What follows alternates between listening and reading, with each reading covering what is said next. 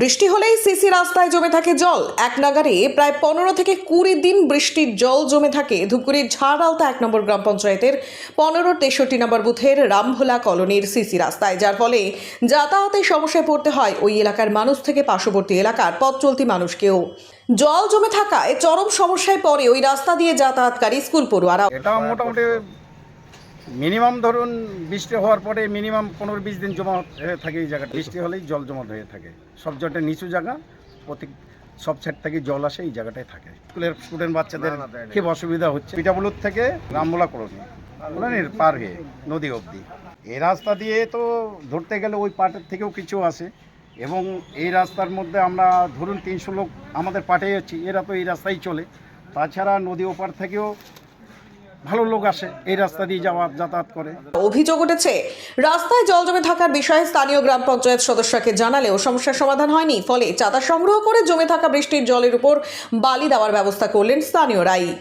Arabian দিচ্ছি তো 15-63 পাটের বিজিবির পঞ্চায়েত মহাশয় আজ অব্দি আমাদের এখানে যে আগে সিসি ছিল এই জায়গাটা বর্ষার সিজনে এক হাঁটু জল লেগে থাকে, স্টুডেন্টদের যাওয়া আসে খুব অসুবিধা।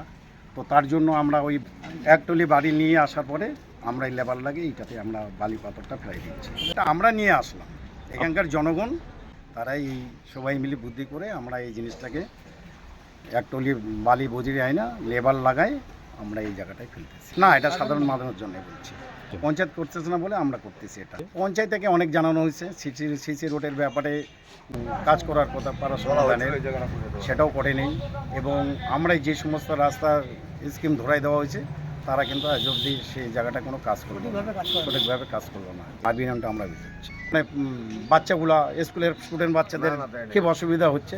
তার জন্য আমরা এটা দেখার পরে ভালো লাগে না বলে আমরা নিজেও সবাই মিলে কিছু চাঁদা কালেকশন করে আমরা এই বজরিটা আমরা।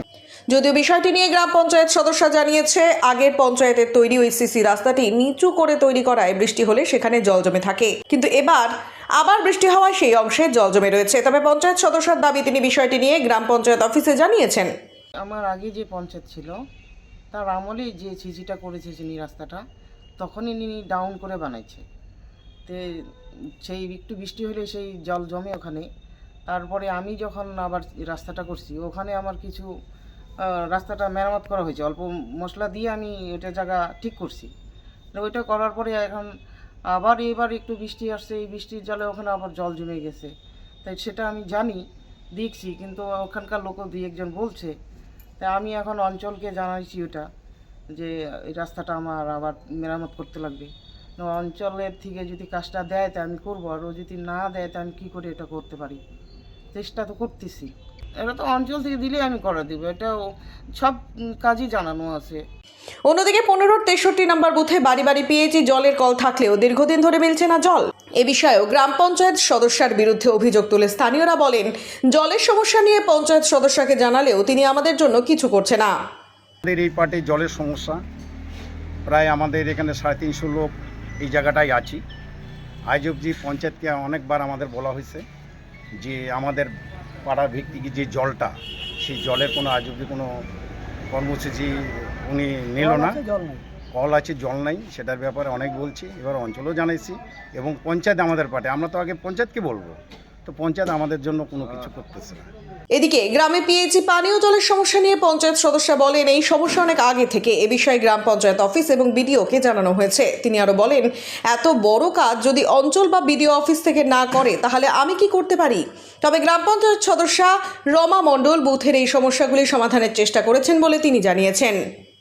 বিষয়টা তো অনেক আগের থেকেই সমস্যা, তাই আমরা তো এটা অঞ্চলকে বা বিডিওকে জানানো হয়েছে। এখন এত বড় কাজটা যদি বিডিও বা অঞ্চলে না করে সেটা আমি কি করতে পারি।